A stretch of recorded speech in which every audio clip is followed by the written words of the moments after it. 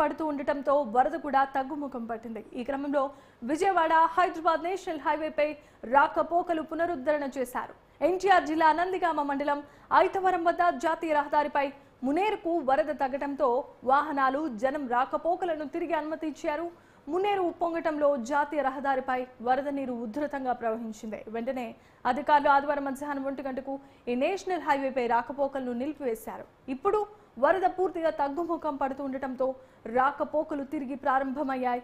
గత 30 గంటలుగా వాహనాలు ఆగిపోవడంతో ప్రయాణికులు తీవ్రమైన ఇబ్బందులను ఎదుర్కొంటున్నారు.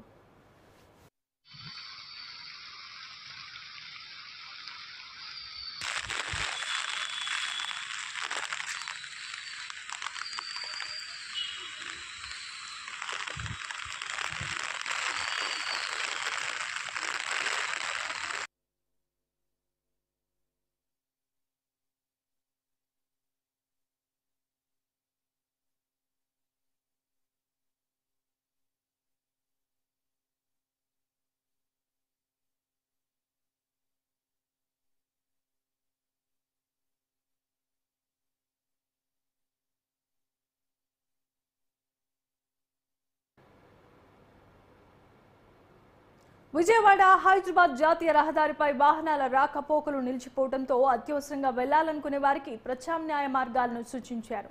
విజయవాడ నుండి హైదరాబాద్ వెళ్లాలనుకుంటే గుంటూరు, పిడుగురాళ్ల, మిర్యాలగూడ, నల్గొండ, నార్కెటపల్లి, చిట్యాల, చౌటుప్పల్ మీదుగా ప్రయాణించాల్సిందిగా సూచించారు.